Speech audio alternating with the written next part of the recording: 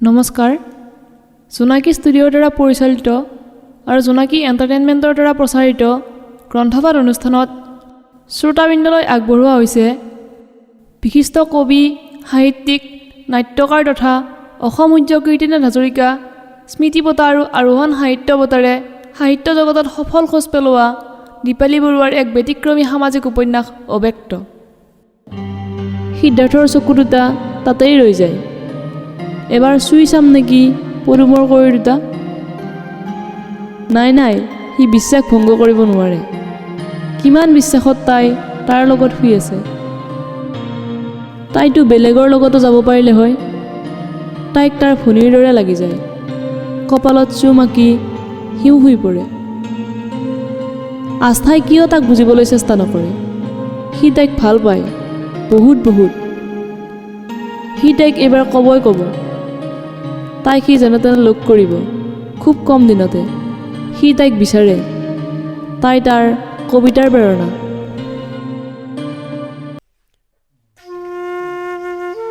আজি পাঠ কৰোঁ আহক উক্ত গ্ৰন্থখনিৰ খ নম্বৰ খণ্ডটি। হঠাৎ ক'লৈ যাব? কাম আছে মা। কেতিয়া ঘূৰিবা? নাজানো। ঘৰ বুলি সময় দিব নোৱাৰিবাই নেকি? মুঠা খুটা নথকা ঘৰ জানো নিৰাপদ মা? থৰক বৰক অকামিলা খুটা থকাতকৈ এৰুৱাই দিয়াই ভাল।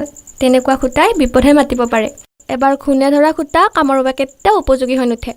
খুনে নোখোৱা ঔষধ জানো প্ৰয়োগ কৰি চাইছা? মুখৰ কথা সহজ, কাৰ্যক্ষেত্ৰতহে চবৰে পৰিচয় পায়। যদি সফল হওঁ?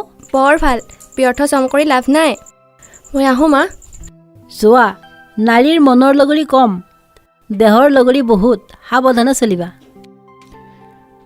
আস্থাই যাত্ৰা আৰম্ভ কৰিছিল। তাই লাহে লাহে বিটিয়াৰ শাসিত অঞ্চলত সোমাই পৰিল। ঠাইবোৰ নীৰৱ নিৰ্জন। তিনিআলি চক এটাত নামি ৰৈছিল আস্থা। চকটোত 4খনমান দোকান। তাই ইফালে সিফালে চালে। মানুহবোৰে বড়ো ভাষাত কথা পাতিছে। তাই বুজা নাই। ওচৰতে চাহ দোকানখনলৈ সোমাই গ'ল। দুখনমানে 2যোৰা ডেস্ক বেঞ্চ। এটা সৰু বাকচত কেইটামান গজা আৰু খুৰমা। পুকুচাত কেঁচুৱা বন্ধা হৃষ্টপুষ্ট মহিলা এগৰাকী আহি তাইক সুধিলে, চাহ খাবি? গাখীৰ চাহ খাবি না লাল চাহ খাবি? লাল চাহকে দিয়া।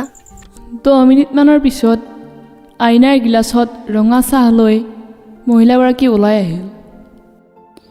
গজা খাবি না খুৰমা খাবি? নাই নালাগে, সুদা চাহ হ'লেই হ'ব। শুই নেকি?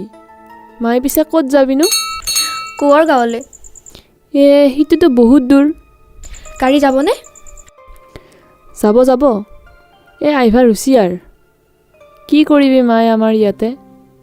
গাড়ী মটৰ কম। আমাৰ মানুহবোৰে আন্দোলন কৰি আগৰ সুবিধাবোৰো নোহোৱা কৰিলে। আমি বড়ো হ'লোঁ কি হ'ল? আচলতে চব ৰাজনৈতিক ষড়যন্ত্ৰ এইবোৰ। ৰজা সদায় ৰাজা। যিকোনো উপায়ে সিহঁত ৰজা হ'বই। প্ৰজাটো সদায় প্ৰজা। কিয় বড়োলেণ্ডত স্বায়ত্ত শাসন দিয়াৰ বাবে বহুত কাম হোৱা বুলি নেতাবোৰে কয় দেখোন। হৈছে যা। আগৰ শাসনেই ভাল আছিল।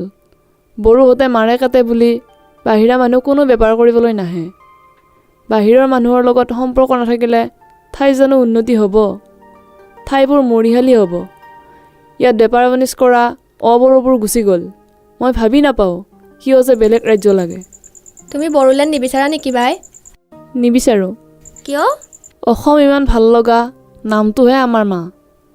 আমি অসমীয়া বুলি ক'বলৈ গৌৰৱবোধ কৰোঁ। কোচ কছাৰী আহোমতকৈ আগতেই অসমত দেশ সেৱা কৰিছিল। গতিকে আহোমক গোটেই কিয় এৰি দিম? এৰি গ'লে সিহঁতে ভালেই পাব নহয়নে মাই? সেইবাবে মই ভাবোঁ আমি ইয়াতেই থাকোঁচোন। গোটেই অসমখনেই আমাৰ। একচিঙা লৈ জানো কিবা লাভ হ'ব? তুমি ঠিক কথাই কৈছা বাই। আগতে আমাৰ ইয়াত ডাঙৰ ডাঙৰ কাৰখানা, স্কুল, কলেজ, ব্যৱসায় আছিল। এতিয়া একো নাই। নিজৰ বস্তু নিজে পুৰি পেলাইছে। পুৰিলে ঠিকেই। এতিয়া নতুন একো নাইচোন। আমাৰ মদ খোৱা মতাবোৰৰ মাথাতনো কি আছে? আমি মাইকীবোৰেহে ঘৰ চলাওঁ, বজাৰ কৰোঁ, খেতি কৰোঁ। সিহঁতে মদ খাই গাহৰি পৰা দি পৰি থাকে। কোনোবাই কুবুদ্ধি দিলে হ'ব পাই। একো লাভ নহ'ব আমাৰ। বাহিৰত চবে আমাক হাঁহে, ভয় কৰে। আমাৰ তাতনো কি আছে? চব কৰিব দেখোন গুৱাহাটীকে যাব লাগে। তাৰমানে তোমাৰ বেলেগ হ'বৰ মন নাই? নাই।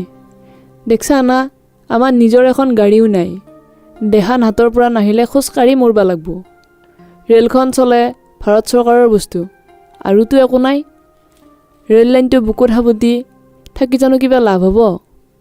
দেহান হাতৰ মাজেদি এটা ৰেল লাইন সাজি ল'ব বুলি শুনিছোঁৱেই, নহয়নে মাই?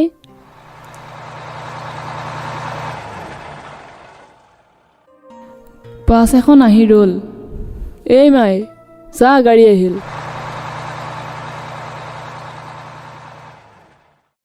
বাছখন নেদেখা হোৱালৈ তাই চাই থাকিল। ওদালগুৰি পাই মানে আবেলি হ'ল।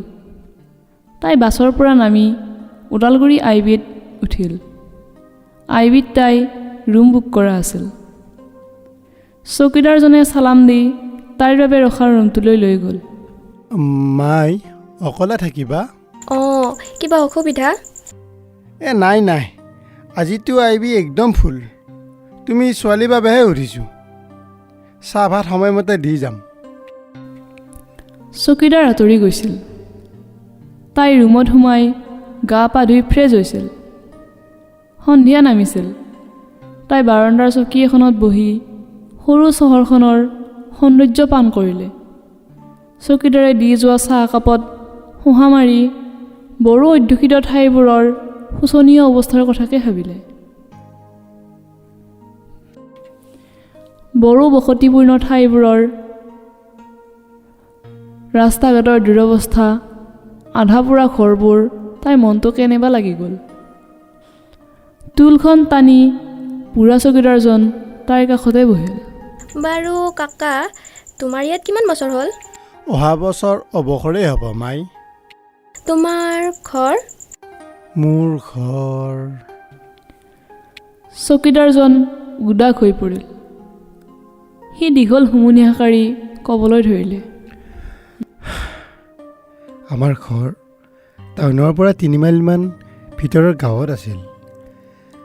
পিছে জানাই নহয়, বড়োহঁতে আন্দোলন কৰি অবড়োহঁতক ঘৰ এৰি যাবলৈ বাধ্য কৰিছে। মই বহুবাৰ NDFBক টকা পইচা দিলোঁ, তথাপি জানো ৰক্ষা? ইমান ভয় শংকাটো জানো মানুহ জীয়াই থাকিব পাৰি? এই ঘৰ মাটি এৰি চিপাচাৰ অঞ্চলত থকা আঠিয়াবাৰীত অলপ মাটি কিনি ঘৰ এটা কৰি ল'ৰাটো আৰু মাকজনী নিৰাপদে আছে। মই চাকৰি দায়িত ইয়াত আছোঁ। মাটি বাৰীৰ মোহে খুলি খুলি খাই আছে মাই। এই বেদনাৰ ভুক্তভোগীবোৰেহে জানে। কিমান মানুহে কলৈকো যাব নোৱাৰি বুকুত ভয় সাৱটি মুখৰ হাঁহি পাহৰি যি আছে। কতক গুলিয়াই মাৰিছে। চৰকাৰে জানো এইবোৰৰ হিচাপ মানুহক ক'ব? বিদেশী বহিষ্কাৰৰ আন্দোলনৰ সময়তো এইবোৰ অঞ্চলত বেছিকৈ প্ৰভাৱ পৰিছিল। মাই, সেই বৰ্ণনা অতি নাৰকীয়। মই নিজ চকুৰে দেখিছোঁ সেইবোৰ। সঁচা কাকা? মুঠৰ ওপৰত অবৰ্ণনীয়। অসমীয়া সহজ সৰল মানুহৰ মাজতো যে এজন ৰক্তপিশাকু লুকাই থাকে, তেতিয়া প্ৰথম গম পাইছিলোঁ। খৈৰাবাৰী অঞ্চলত ঘটা এক দৃশ্যই মোক আজিও বুকু কঁপাই থাকে। কোৱাচোন কাকা।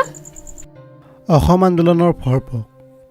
হাতে হাতে জাঠি জোং লৈ অসমীয়াসকল সোমাই পৰিছিল উত্তৰ অঞ্চলত থকা বাংলাদেশীৰ সন্ধানত।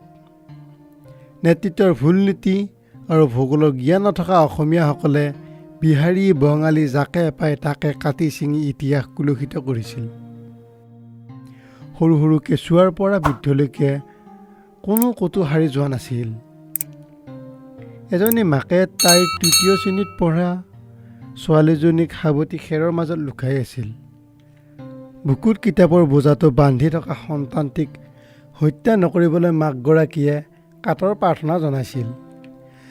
কিন্তু ৰক্তবিষাকুসকলে তাইৰ কথা শুনাৰ ধৈৰ্যই বা ক'ত? তাইক বুকুত শেল এডাল ভৰাই জুইত জাপি দিছিল আৰু বেচেৰি শিশুটোক কচু গছৰ দৰে কাটি দুচেও কৰিছিল। তাইক খাপ মৰাৰ লগে লগে এশটা তেজ ফিচকাৰি মাটিত ছিটিকি পৰিছিল। ভগৱান। চকীদাৰজনৰ সৰসৰকৈ চকু পানী ওলাই আহিছিল। কাকা হ'ব আৰু ক'ব নালাগে। এইবোৰ অলিখিত জীয়া ইতিহাস মাই, যাৰ সাক্ষী আমিবোৰ। সৌ তেতিয়াৰে পৰা অসমৰ উত্তৰ অঞ্চলবোৰত কালিকা লাগিল। সেই অতৃপ্তিৰ আত্মাবোৰে এতিয়াও চিঞৰি ফুৰে। এই অঞ্চলৰ সূৰ্যৰ পোহৰ সদায় ম্লান। উন্নতিৰ নামত জখলাৰ ওপৰৰ পৰা তললৈ নামিহে গৈছে। তুমি নিশ্চয় কিবা বিচাৰি আহিছা, পাবা, চব পাবা। থুপ খাই থকা দুখবোৰৰ বেহাবোৰ বিচাৰিলেই পাবা। চকীদাৰজন লাহে লাহে উঠি গ'ল। ৰাতি 9 বাজিছিল। ৰুমতাই তাইক ভাত দি গ'ল। মই কাষৰ ৰুমতে থাকিম, অসুবিধা হ'লে মাতিবা। চকীদাৰজনে কৈ বিদায় লৈছিল। দিনটোৰ ক্লান্তিত আস্থা কোমল বিচনাখনত গা এৰি দিয়াৰ পিছতেই টোপনিয়ে হেঁচি ধৰিছিল। ইমান পৰে শ্ৰোতাসকলে দীপালী বৰুৱাৰ উপন্যাস অব্যক্ত ধাৰাবাহিক পাঠৰ 6 নম্বৰ খণ্ডটি শুনিলে। বিভিন্ন চৰিত্ৰত অভিনয় কৰিলে চুমি হাজৰিকা, ৰঙিলা ডেকা, দেৱজিৎ ডেকা আৰু হিমাশ্ৰী শৰ্মাই।